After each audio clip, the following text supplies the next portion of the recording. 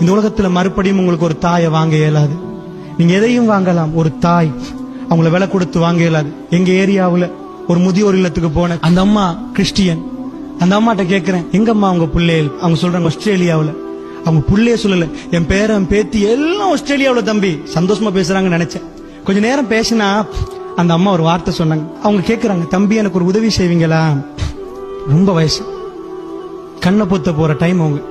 நான் கேட்டேன் என்னம்மா செய்யணும்? என் மகன் ஒரு வாட்டி பார்க்கணும், அவர் ஒரு தடவை முத்தம் கொடுக்கணும், கூட்டி வருவீங்களான்னு கேட்டாங்க.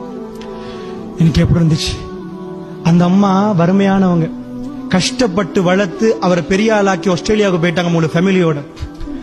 அவங்க ஃபேமிலியோட இருக்கிறேன்னு இந்த ஒரு தாய் சீவி சிங்காரச்சி முத்தம் கொடுத்து அரவணைச்சு வளர்த்த ஒரு தாய் லாஸ்டா என் மகனை எக்கச்சக்கமா அவ சுத்தி சுத்தி சுத்தி வந்த பிள்ளை எல்லாத்துக்கும் முத்தம் கொடுக்கணும், என் பிள்ளையோட லாஸ்டா ஒரு வார்த்தை பேசணும்னு கேட்பது தப்பா?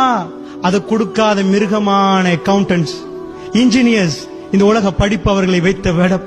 அல்லாஹ்வுடைய நல்லடியார்களே, அவ கெஞ்சி கேட்கிற, தம்பி எனக்கு ஒரே ஒரு வாட்டி என் மகனை பார்த்து, சின்னத்துல 1000 வாட்டி பார்த்து தூங்குற நேரம் அணையாட போட்டுட்டு ஒரு முத்தம் கொடுத்துட்டு என்ன செல்லமே என்று ஓடி வந்து பால் கொடுத்து ராத்திரி 12 மணிக்கு ஒரு தடவை